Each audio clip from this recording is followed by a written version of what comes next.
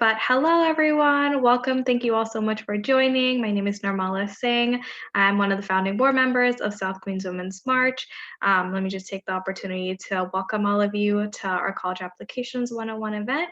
I know a few of you are new to our events or to our organization, so I'll tell you a little bit about South Queens Women's March. So we were founded a few months ago to help curb gender-based violence in South Queens and connect our community to the resources that they needed. Obviously, COVID hit, and a lot of the work that we wanted to do couldn't happen the way that we envisioned, but the intent of when we were creating has never changed. So I think for folks that have been following us, you've seen some of the work that we've been doing on the grounds, whether it's food pantries, period supply distributions, PPE distributions, in addition to a lot of our health and wellness workshops.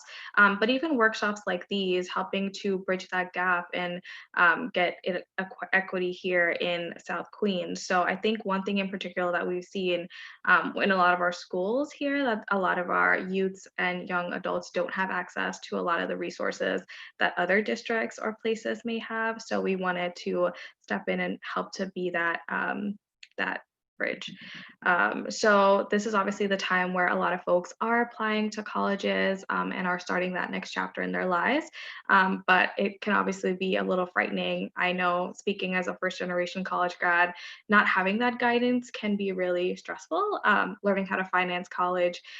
So there's a lot of questions that folks have. So we're hoping that this session can provide a little bit of support. This will be the first of our sort of college application series leading into next year. So next year we'll talk about a little bit more about financing a college application, how to get through college, and different series that folks have requested us to do. So to tell you all a little bit about the structure for today, let me also welcome our fabulous panelists. We have Grace and Holly joining us here tonight. So you'll hear a little bit more about them and the amazing work that they do when we shift over after Monica, who will give us a really quick overview of College Readiness 101. And then we definitely want to leave a lot of time at the end for any questions that folks may have or things that may come up. I know we had questions that were submitted from folks, so definitely want to get those answered. But for everyone that's attending tonight, all the questions that you have, please feel free to unmute or use the chat box. If you also don't feel comfortable doing that, please feel free to just private message Monica or myself, and we'll be happy to get those questions answered for you. So again, thank you all so much for joining us, and I'm gonna throw it to Monica to kind of kick us off. Good evening, everyone. It's a pleasure to have you. I'm excited to be here. Welcome, welcome. I'll do a tiny second about me and why I felt it was appropriate to do this. I have worked with various dual generation programs, which means both student and family member or parent or guardian involved, working their way through these applications, as well as other job readiness focus or trade school focus. So I'm bringing a little bit of that into the mix tonight. And that's kind of my background right now. I do still work in child welfare, so I haven't drifted off too much. But here we go. I'm going to go ahead and start sharing my screen. We have a little bit of a presentation, just some guiding points to start our discussion. So very one-on-one, very straightforward, very for you guys, for students, for parents to get started on this. And so first, what is college readiness, right? College readiness includes a college applicant who has the necessary information, knowledge, skills, and preparation to successfully apply and enroll in the college, university, or other post-secondary institution, right? And so I included post-secondary institution because there are trade schools, there are other programs and other types of post-secondary certificates that folks can receive. And so today we're really going to focus on college and the college aspect of it. And so I found these really interesting stats as I was pulling this information together. Some of them are from the Census Bureau. There's another one from like USA Today. And so these are just some numbers to get you guys thinking and a little bit of a food for thought moment, right? And so the official four-year graduation rate for students attending public colleges, right? Public colleges and universities is 33%. So that's basically 1 in 3 students, right? The 6-year rate, right? So if we're talking about making it through our bachelor's degree in 6 years, it's about 57%. So it 57.6%. So it shoots up a little bit. Now, when we talk about private colleges and universities, the 4-year graduation is 52. So one in basically two people, right? And then 65% when we look at the 6-year number. So that's really interesting. In 2019, high school was the highest level of education completed by 28% of folks over the age of 25.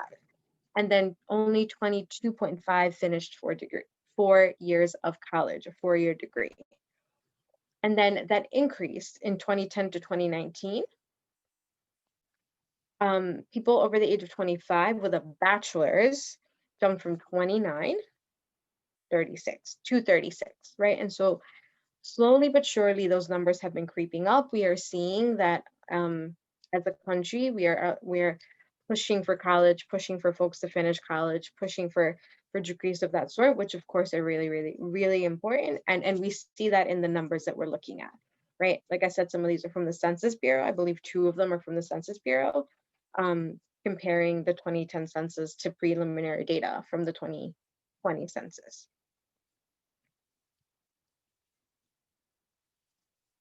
The nitty gritty, right? What do we need? What are some things all students should be thinking about as you guys pull together your materials for your applications? Your school list. Where are you applying, right? First and foremost, where are you applying? Where do you want to go? Why do you want to go there, right? Create a school list of schools you're applying to and what each of them require. Do they require 2 recommendations or 3? Do they require an essay or not? Do they require supplementary essays or not, right? Are they using the Common App or do they have their own internal application, right? All those things. Your college essay, if your schools and the schools you're applying to require college essays, get to writing, right? You want to make sure you have a good, solid draft of your college essay ready to submit or be finalized to submit, right? When your applications are due. Colleges want to see your writing. Colleges want to see what type of writer you are. They want to see that you can answer questions, that you can speak about yourself in these essays, that you can connect to the college through this essay, right? So it's really important. In my personal opinion, I think a college essay can make or break your application, right? Your college major, you have to have some sort of idea or preference or thought, hopefully maybe even a choice at this point, but at least a thought and a kind of gist or general intention of what kind of major you'll be in. Will you be in the sciences? Will you be uh, writing, journalism, right? All these kinds of ideas, because although you do have time during college to finalize and pick and declare your major, you don't want to go too far into your college career with just your prerequisites, because your prereqs are the classes that you're going to be taking irrelevant of your major. Your prerequisites are your prerequisites, right? They're just all your classes that every single college student needs. But those eventually will run out, right? And then you're going to have to start taking classes for your major. And so you want to make sure that you have something cooking, right? That it's pushing towards the front of your mind what you're going to be declaring for as your major. Your recommenders. Who's going to recommend you? Who is going to be able to say wonderful things about you on black and white from your school, from your community, from maybe a volunteer opportunity or a leadership opportunity or a club you're a part of? Most colleges ask for 2 to 3 recommenders, right? And think of teachers, think of mentors, think of folks that are going to be able to talk clearly about what kind of student you are, what kind of leader you are, what kind of college student they see you have the potential to be, right? Because colleges are going to ask you for recommendation letters. Again, another kind of way to personalize, I think the 2 most personal parts of a college application are your essay and who you're going to ask to be your recommender, who is going to be saying, who is going to be sharing your strengths with these universities, these colleges, these admission boards, so that you have a leg up, right? And so your recommenders are going to be really, really, really important. Then FAFSA. Guys, college is expensive, like unacceptably expensive, right? And so we need money to pay for college, and FAFSA is one way to do it, right? FAFSA is financial aid, and that requires a full application that includes most of the time, if not basically 99.9% of the time, your parents' tax, which in my experience is probably the hardest part for students to get their hands on their parents' tax so that you guys can submit those with the FAFSA application, right? This is grant money. You do not pay this back. It is a grant money so long as everything is completed properly and you follow the guidelines to keep that grant money, right?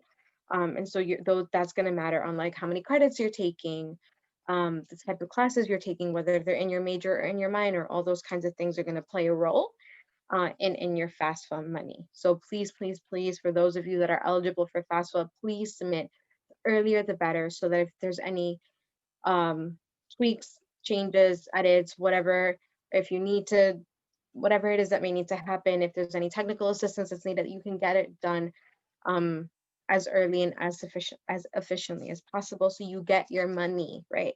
Get money for college. And your resume, right? You want to pull together a list of things that you've done. And it doesn't necessarily need to kick up to the fancy kind of job interview resume, but at least have an idea of everything that you've done, everything that you've been a part of. Have you been a part of clubs? Have you babysat? Have you had an after school job?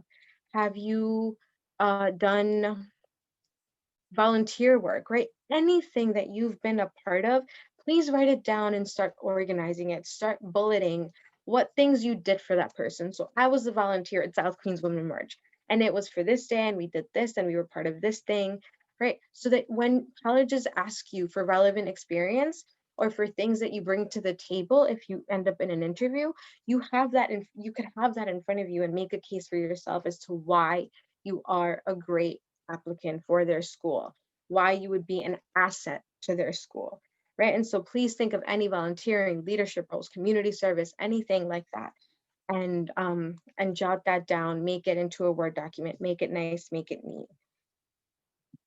Okay.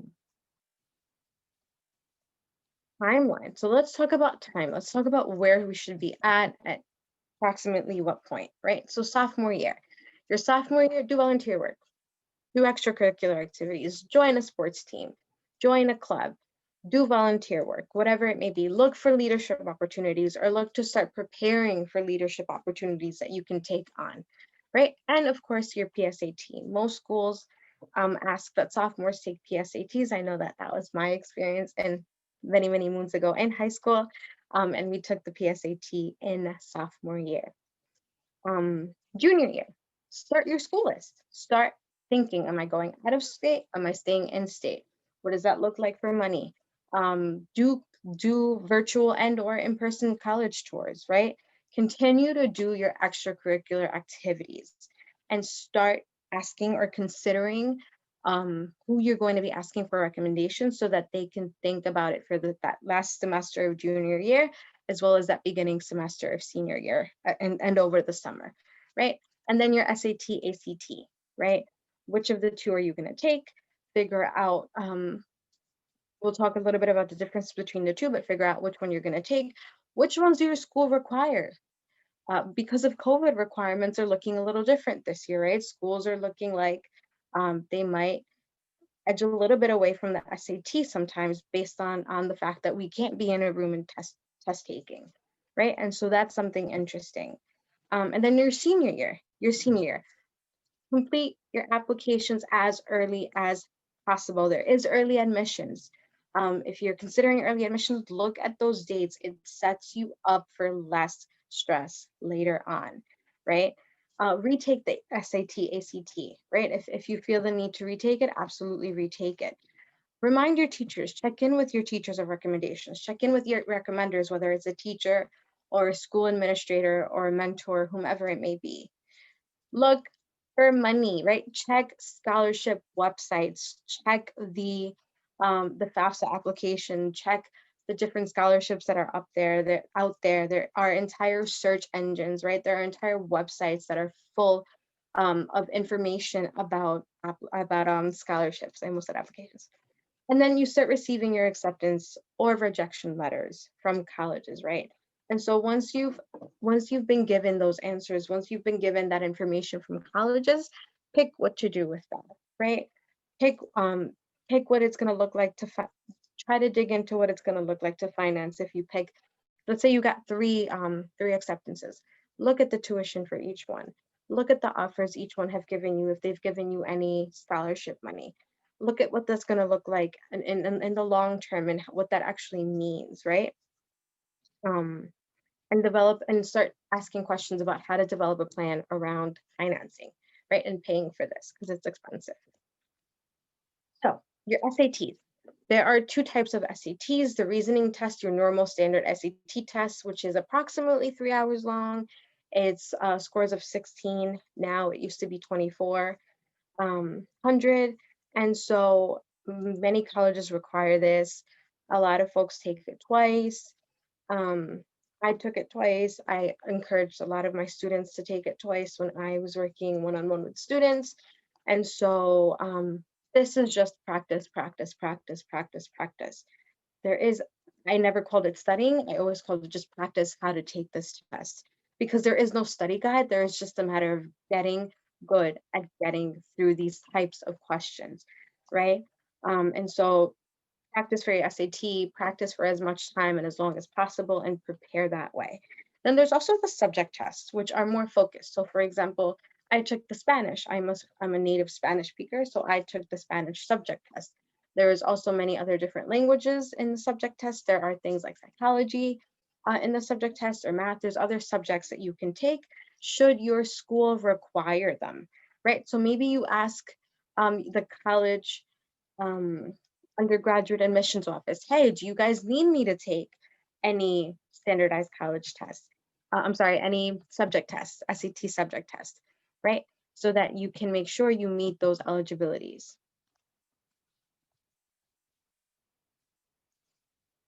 And the ACT is a group test administered by ACT and required and recommended by many colleges, and it's measured in English, math, reading, and science, right? So there's 4 different subjects on this, whereas the SAT is really focused on English and math, right? And so both of these are given throughout the year. You have to register in advance. You have to pay for these. You have to register for these. There are vouchers for them.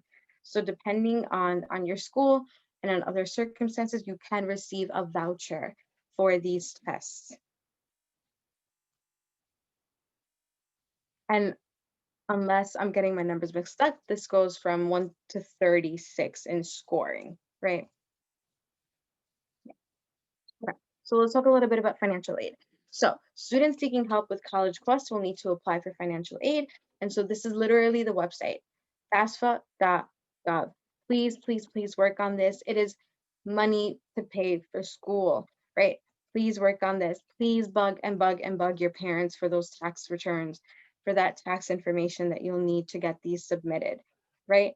This is free of charge. This is of no cost to you to apply, and it's used by most state agencies and colleges to determine eligibility for for college money, for college tuition assistance, right? Students have to complete this form in order to be eligible for work study, which is a similar type of form at any form of assistance, of financial assistance at any college. Registrations open January 1st, right? Tools. I used to love using websites like this. I use Naviance often. I use Khan Academy. I use College Board. These are all different websites you guys can look into, look up, click through to get information on college applications, right? And college assistance and test taking and all of that stuff, right? Khan Academy is great to practice test taking. College Board is going to give you a bunch of information, right? The colleges you're looking at, look at their websites. What do they feature on there? What are they known for, right? Look and browse your college list website. So if you have a list of 10 colleges, of 5 colleges, look through every single website of those colleges to see. Also the Princeton Review, that's for test taking, gocollege.com. Campus tours, right? tours are online now, right? So we got to go and figure out which websites are going to allow us access to college tours. And this might be one of them, camptours.com. And then us, your local community organizations like South Queens Women March, Make the Road, NYSYLC, SAYA, and even ACS community partnerships are going to be of assistance to you through this process, or could be of assistance to you through this process. Tips: manage your time. Know when your applications are due. Know what your deadlines are, right? Discuss your applications and majors of interest with college admissions staff, right? Whether that's at the high school or at your high school or at the colleges that you're interested in applying to, ask for support. Ask your questions. Let teachers or mentors review and edit your essay. Tailor your essay in one or two ways for each school. Go and visit the school and surrounding area if that's possible, whether virtual or in person. Look at the extracurriculars opportunities. Do they have sports teams? Do they have clubs? What does their student government look like? Right? Look at all those things and look at school social media and proofread your college essays. Please, please, please check your spelling, check your grammar, check all that good stuff. And so my last two quotes, my ending quotes are going to be, one is by Malcolm X, and it's education is the passport to the future, for tomorrow belongs to those who prepare for it today. That's Malcolm X. And then the more that you read, the more things you know, the more that you learn, the more places you will see, you will go. So I love those two quotes. And that is the end of my little one-on-one with everyone. And so we're going to do questions and answers. And as we get into questions and answers, I'm going to stop sharing my screen for a moment. And I'm going to go ahead and introduce our two other panelists. And so I'm going to start with Miss Grace. Miss Grace Vazquez is the program coordinator for the HEOP CSTEP office at Mount St. Mary College. She has previously held a support position in counseling services office before entering her current department with great enthusiasm and energy. Along with her enthusiasm, she brings with her a diverse background of experience in corporate publishing, production management, international college prep, board school, PA presidency, and small business ownership. In addition to her mural business, Grace has also run summer art camps, and performed after-school art instruction. Grace is passionate about her service, loves working with students, and is excited to continue her service in the HEOP CSTEP office. Grace is married and has 3 children with whom she enjoys shuttling to art and sports events. She loves gardening, nature, and could probably be an unofficial hiking guide for the local area. So welcome, Grace, and Thank then you Ms. so much. Thank you for having me. Hello, everyone, and thank you for joining us. I'm you did a fantastic job, Monica, because she literally, I was just like, well, I was going to say that.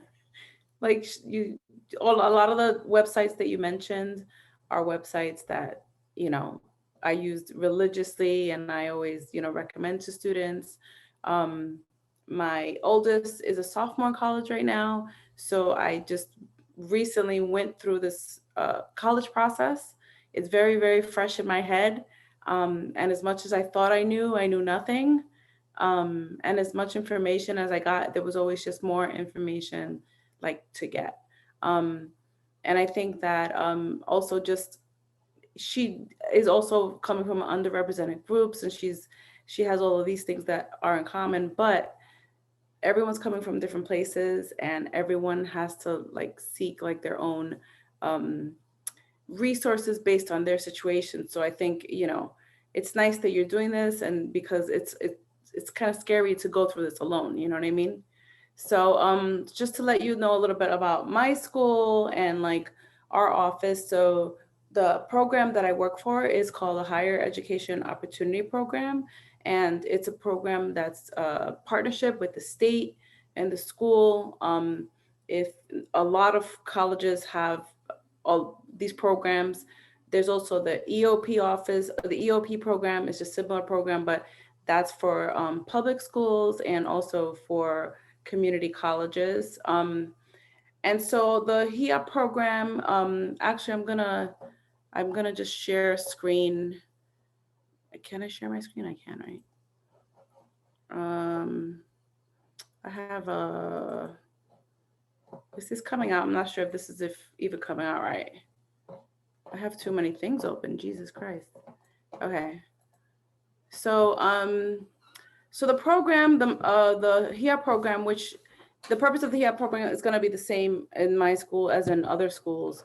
But basically, our program is for specifically for underrepresented groups that come from low income or low income families, and but show like, you know, academics. They show academic potential. You know, usually what you have to, in order to qualify for the program, you have to just be like a little bit under our school's, you know, standard for getting in. So it's important for anyone who's interested in HEOP to do their research about that specific school, because the numbers also can change year to year. So what does HEOP do for, what kind of opportunities does HEOP have? HEOP, first of all, we offer one-on-one, like one-on-one support from the minute you get in, all 4 years, which is something that's huge, especially a lot of our students are first generation. They don't have the support. They don't have someone who's been through this and to ask like some of the simplest questions. So having someone there like the whole step of the way to say, you know, hey, you know, do you need help with, you know, registering for a class, or you don't know where to go, how to get to the store? It runs the gamut. So having that one-on-one support is huge. We offer tutoring for all the students throughout their 4 years, which I know a lot of colleges might offer their own tutoring, but it's not always as accessible as it seems. And it's just nice to have like that extra support. Extra mentoring. A huge thing is the financial benefit of it. So like students that come to our HEOP program basically will graduate with about $12,000 loans if they're unable to pay out of pocket. So it's like I mean, to be able to graduate without having that huge debt is and you know how that is these days is so important. So being able to, you know, to have that financial support even when they're in the program, we are able to purchase books for them if they need transportation to and from clinicals for their nursing. We are there to provide them with all the little things that they need to succeed that, you know, someone who doesn't have the finances, you know, might not be able to do. So so it is you know, I always tell anyone who can, even if they think they qualify for HEOP, you know, please do. So these are the qualifications as far as income. So you have, in addition to having a specific area of academically, you'll have to be a New York State resident. And then you have to also be qualified financially. So again, this is important to get the information from your parents. But if you do see that these numbers apply to you, then you absolutely must take advantage and apply and research all the schools that have this program, because it's an opportunity to, you know, to have an education at a very low cost or maybe even no cost, you know, because this, in addition to this, you can also get, you know, grants and other outside scholarships. And applying, I'm speaking about Mount St. Mary's, but I think generally this applies for a lot of the schools. You can just apply directly through our website and through the Common App. If you're interested in HEOP, you have to just check that off. We will ask for an additional supplemental application that is to confirm the financial eligibility, and then, you know, you'll hear back from us. So it's pretty straightforward, simple thing. You just need to have the financial information, which is really important, like Monica mentioned, to have, you know, to get all that early, because you're going to need it for like the FAFSA. And everyone that comes into the HEOP program has, we have the summer, the Summer Institute, which is basically, it's like a pre-college prep. They come in 4 weeks. It's like they bond, we all bond together. You get a crash course. You actually take 2 classes and get credit for those classes. So you start off the year already with you already start off, you know, like just with your GPA, and you have kind of like your family, and you have that support. So that's a really big, you know, big part of the HEOP program. And it's honestly like, you know, my favorite part of the program is that. So we have an informational session that's going to be, oh, this is the application waiver. This is also, if anyone is interested in applying, I'll put my, I can put like my email in the chat, but be the spark in caps. That's so you don't have to pay the fee waiver. And I will also say, just for all other colleges, like my daughter went, when my daughter was applying, even though I didn't qualify for a free waiver, we literally asked every single college. We said, oh, can we just have a fee waiver? We literally called, and I didn't pay for one. So sometimes I didn't pay for one and I don't qualify. So that's just like a little tip, a little side tip. So so I don't know if anyone has any specific questions about like my program. I'll stop sharing the screen. How do I stop? I can't stop sharing. Pause share. Oh, there it goes. Sorry. So if anyone has any questions about specifically about my program, you know, I'm happy to answer the questions.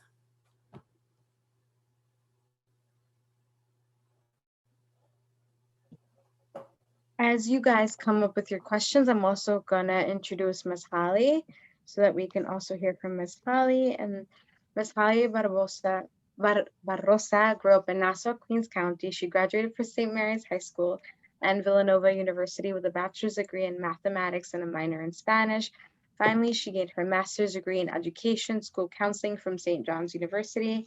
As she was finishing her last semester, she began an internship at the Mary Lewis Academy in 2004 and never looked back.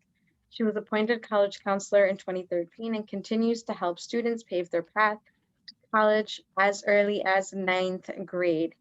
She and her husband and their 3 girls, 11, 9, and 5, still live in close proximity to this area, and helping students find their true purpose gives her her greatest satisfaction. So thank you for being here, Ms. Holly. Sure, thanks so much for having me. I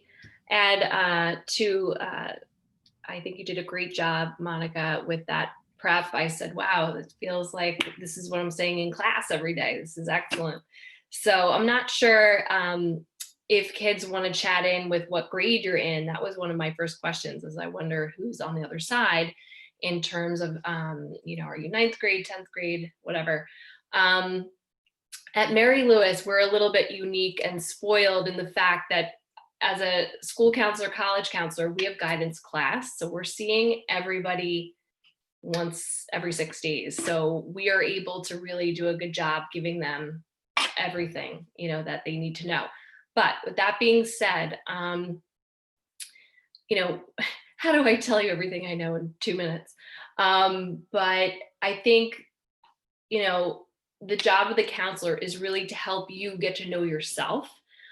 So if you're in, you know, 9th or 10th grade, I think the biggest tip I could give you is to really kind of use those personality tests and those career assessments to figure out which industries might be best. Because you do need a couple of ideas, you know, are we going into science? Are we going into, you know, the human services area? Are we going into arts? Is it business? So if kids out there are using Naviance, they have those quizzes embedded in that account. So I often have my 10th graders take that career assessment, so they at least have all the industry fits in best fit order. industry options. So it's a kind of a nice validation if you're interested in nursing to see that healthcare is coming up as the best match for you. Gives you a little confidence that you're going in the right direction. Maybe there's some new ideas that you never really knew was inside of you. Maybe it's in, the environmental sciences or something like that, that you really never realized that you were interested in. So I'm a big fan of College Board. I know everyone knows about it, but when I meet with parents and students, it's as easy as Googling College Board engineering or College Board journalism or College Board music management. And basically you get a whole page worth of the high school courses that you might want to be taking. You get a list of the colleges that offer that major and the careers that you can go into with that major. So I find that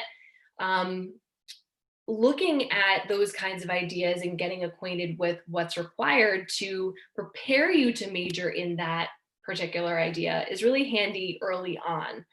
I think colleges appreciate when they see kids in school activities that pertain to their major.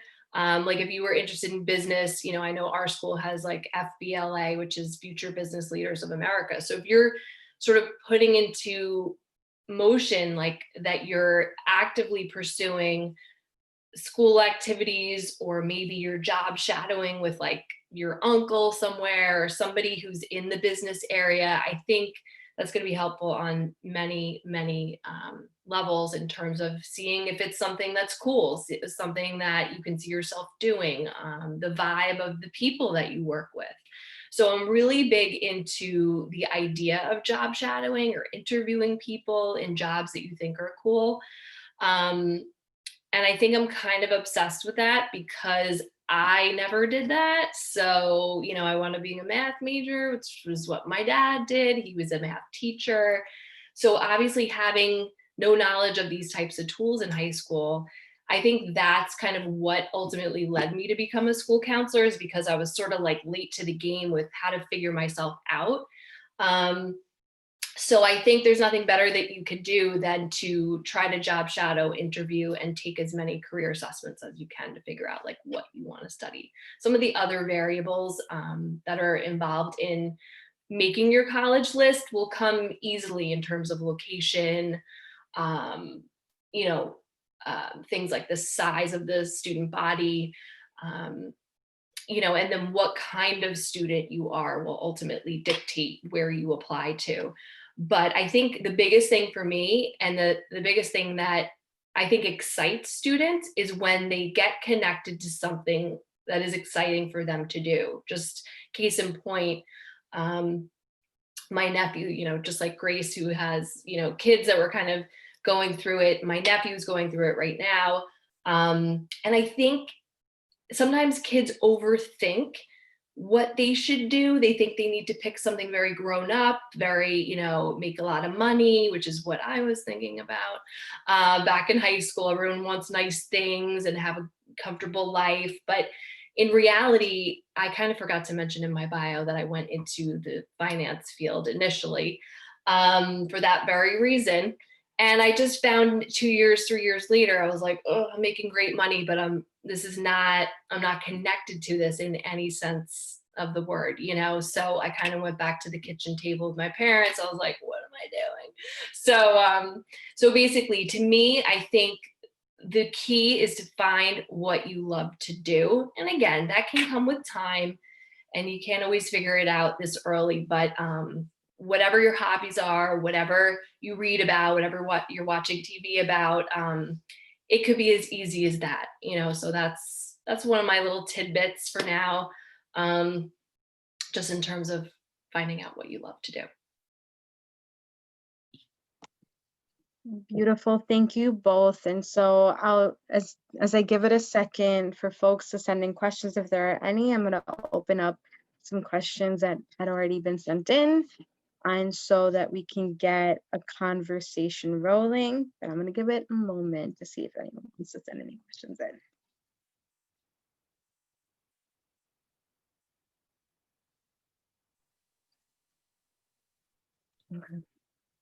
Okay. Am I hearing a question or? So I'll go ahead and take and use this one that we had prepared and sent in, and it's South Queens neighborhoods are home to many immigrants and people of color, and the system is often set up against them. How can marginalized students ensure that the cost isn't a barrier to quality of education? What scholarship opportunities might be out there for them? Well, since I did speak about the HEOP program, and that definitely is something that would apply to that demographic, and but it's not the only thing I think that's out there. Like you also mentioned earlier, um, sometimes it's just right in your backyard doing research about like um, organizations and people in your own neighborhood that exist and you don't even know they're there because they want to help their own community. Uh, my daughter, when we were looking for scholarships, because we didn't qualify financially, um, we were surprised that we found like Hudson Valley Latino Scholarship.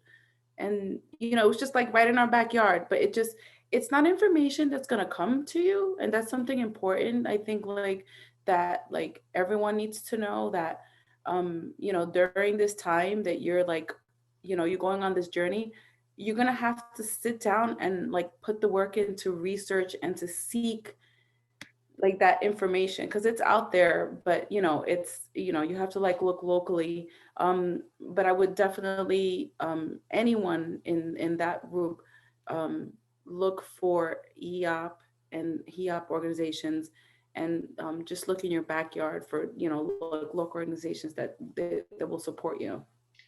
Just to piggyback off what you're saying, Grace, like from a school counseling perspective, the kids might be thinking like, how do I know if I'm eligible? Like, I don't even remember discussing my parents' tax returns, in high school, of course, but who does?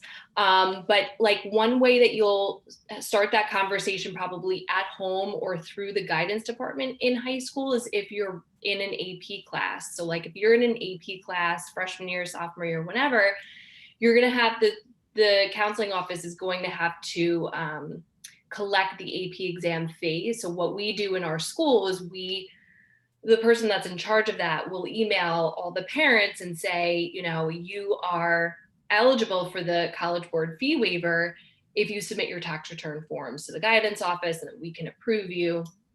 So early on, if you're taking like a subject test in bio, your freshman year, chemistry, your sophomore year, world history after your 10th grade, that's often what gets some kids going with checking if they're eligible for fee waivers. So what we see at Mary Lewis is if you're eligible for the fee waiver, you could very well be eligible for the HEOP and then the CUNY SEEK and then the SUNY EOP programs. So that's a kind of good barometer that these could be good programs for you. I'll also say this, like, and this is from experience again, like when you're doing your research for colleges, you go on the website and they might have listed there, we have the presidential scholarship and there's a community service scholarship, but there's always more than that. Like it's important. Like, so with my daughter, like we called every single school that she was really interested. And we had she had a conversation. I say we, because I'm just kind of coaching her, which is another important thing, like just to be kind of the face of that, make that call if you can, be brave, but calling to ask like, what other opportunities are there? Also, like with the College Board, you fill out the FAFSA, but there's also the CSS or CSS, which is institutional money. So like there's, you fill out your FAFSA, but like then the colleges, if you they ask for additional information on that form. And if they do have institutional money, that's money that's just from the college that they're giving out, for, every year it might change, but taking the time out to fill that form out might translate into money. So it's important to ask, to just really dig and not don't take just what the college's page says, because there actually might be more that you don't know about. So definitely. And I think that's one of the, what do you call that? those assumptions that the Ivy League kind of schools. So Grace mentioned the CSS profile. That is a non-free financial aid application that's required by about 400 colleges, including schools like Columbia, all the most prestigious academically. That basically, because they award so much money on the basis of need, they need to ask deeper financial questions.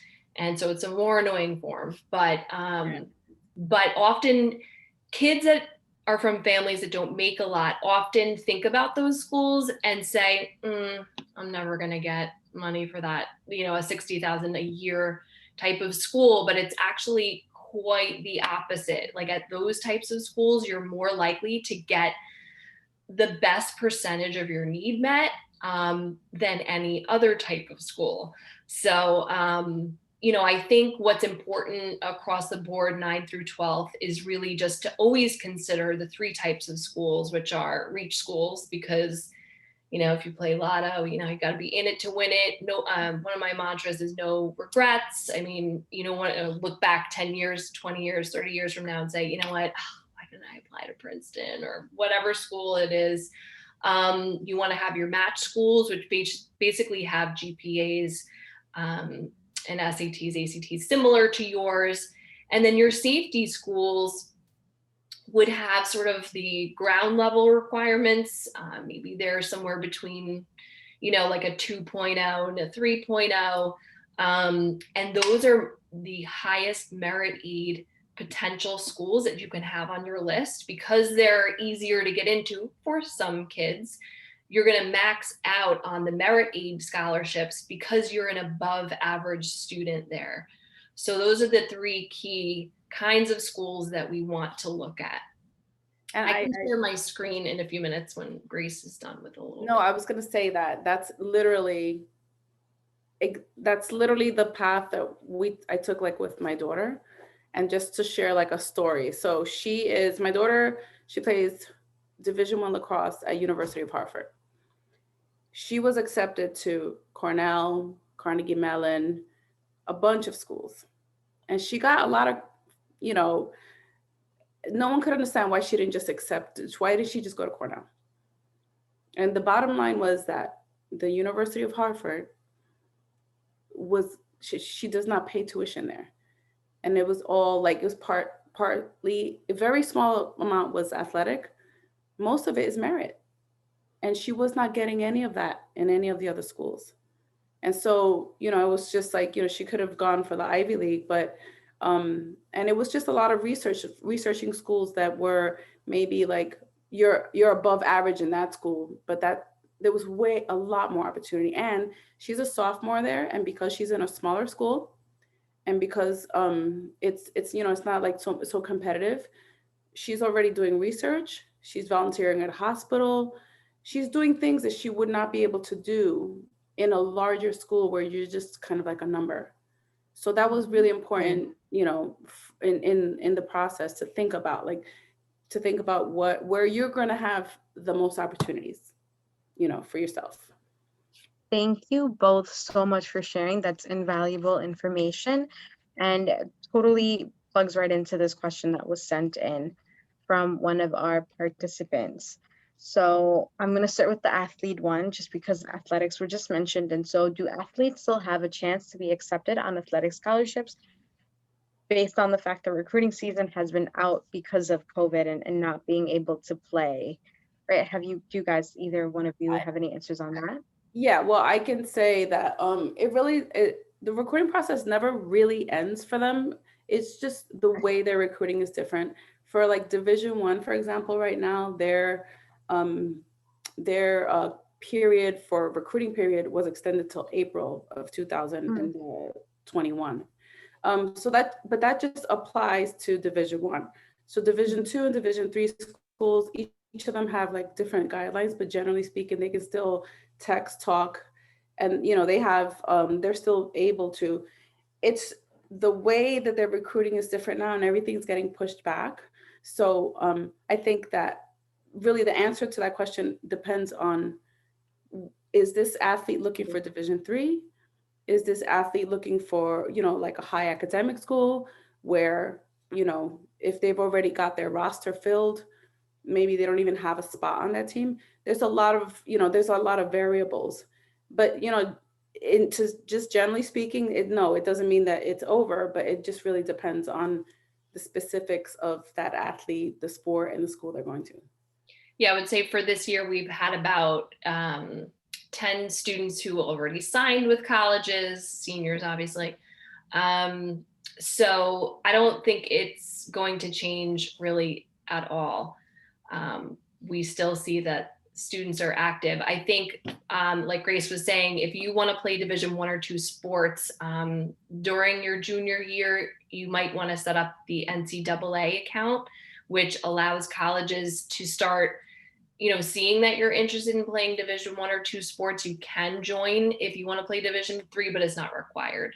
So you can start to maybe make contact with a couple of coaches. If you use Naviance, you can actually do a search on Division 1 schools or 2, just to see, who has what sport for your gender. Beautiful. Thank you both for that info. Another question is, how can we support high school seniors who are worried about the way COVID impacts their college application and acceptance process? I'm going to give you a great answer. We had a panel a few weeks ago. We had a large variety of colleges. We had about 10 schools, and I would say one of the more prestigious ones was the CUNY Macaulay Honors Program. Was it CUNY grad? No. CUNY grad. Yeah. So basically, our admission rep thought that it was going to be a little harder. I think for more prestigious schools, you do have a unique challenge in trying to gain experiences in a more creative way. So you can't just say to yourself, well, nothing's open, you can't do anything. You almost just have to try, a different way, or virtually, just like we're doing this. This is actually fantastic. Everyone can wear pajama bottoms. I don't know. No, I'm just kidding.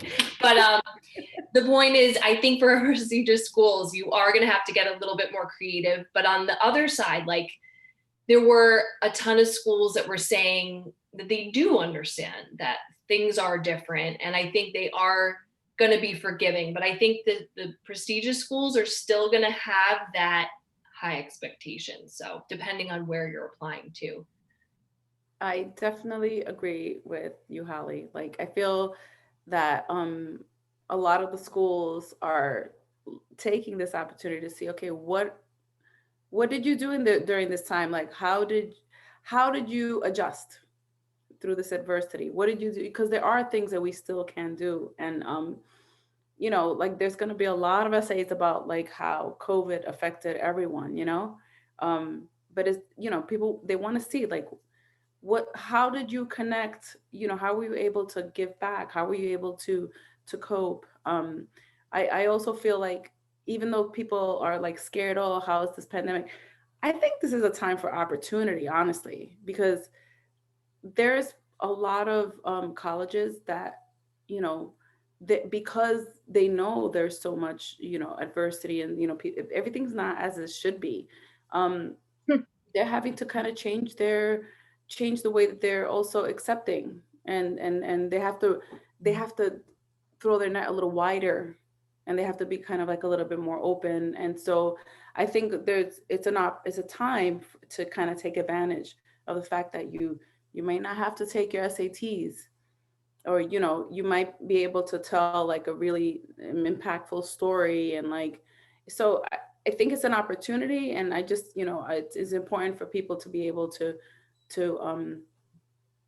articulate what they did during this time that's, like, different, you know what I mean? But yeah, I agree. Yeah. So get creative, right? For our students, get creative, look for opportunities that you can do online, that you can do remotely, because colleges are still going to ask for it. Are there any last questions? Because we're wrapping up, we're getting ready to close. So are there any last minute questions or any last minute tips from our panelists as we wrap up? I do want to share 2 more resources. Going Merry, MERRY.com is a wonderful scholarship platform. So it operates like the Common App. So you fill out your own profile, your family history, your educational history, your extracurricular involvement, your goals, things like that. And so you fill out the profile one time, and then you can recycle that profile to different scholarship opportunities. You can search on ethnicity, so scholarships based on ethnicity, gender, disabilities, career choice, academics, the length of time it takes to apply. You can search on dollar amount. I mean, it's awesome. And that's something that you can create a profile on as a 9th grader. And the last one I want to share is raise.me. It's a phenomenal website. I wish there were more participants, but it's about 300 schools. 9th graders can go on and say, hey, I made the honor roll. And all of a sudden you have earned $300 towards the participating schools. If you are the most improved player on your team, you can start. So all these achievements, whether they're academic or other, will start accruing dollar amounts towards the different colleges that participate. What is that? So I was looking at our roster, and we had like a student with like $100,000 queued up. And I was like, what? So that's a really cool one, I think, for kids to see that money accruing. What is the name? So let me repeat that. Raise.me. Raise.me. Raise.me. It's weird. I love that. Yeah, that's a good one. Oh my gosh. Let me make that. And I think that really gets kids in the mode of the fact that it's not all about academics. Like it is, but it's other achievements too, community service, like your Girl Scout award, whatever, because I think we have to kind of shift from, I like to have students shift their focus on like, what do they want me to be like, to what do I want in a college? So they want to adapt to what they think the colleges want them to be, where it's really about revealing yourself to them and who you are and what makes you weird or, unique. And that's kind of, the shift I think we have to make as high schoolers, is to not try to adapt to who they are, but just to reveal who you are to the college. Thank you, Holly. One thing I want to say is that colleges want people that want to be at their college. They get 1 million applications, and they know that part of those applications are people who just like, I'm gonna just try this school. And in this day of technology, everything is recorded. So when you click on an email or you attended a virtual open house, all of this information is being collected. And, when you call and you have a conversation. So I would say it's really important that you do, you go to the virtual open houses. That's all you can do right now, right? So go to them, call the schools, engage yourself in the school, create relationships with the counselors and the admissions people, ask questions, because when they're going to make their decisions, they do have this information, and they can tell when someone is, genuinely interested in going to the school versus someone who just applied. So I just wanted to share that. All right. Thank you so much to both of our panelists. It was amazing to have you. And Nirmala, I'm going to kick it over to you. Yes, thank you all so much. This has been super helpful. I've been monitoring our Facebook chat as well. Everyone on there has been very appreciative of all the information that's been shared here. So thank you both so much for taking the time out and joining us today. I think for the most part, both of you agreed on potentially answering questions that folks may have after this. So thank you for agreeing to do that as well. I think we'll be doing a follow-up email for everyone that's registered, so you'll get a copy of the recording, as well as some additional resources that we've gathered. So stay tuned and look forward for that. But if you have any questions, you can always feel free to reach out to southqueenswomen'smarch@gmail.com. We're here to support all of you as best as we can. So thank you all so much. Be safe during these times and take care, everyone. Have a good night. Thank you. Thank you so much. Bye. Take care.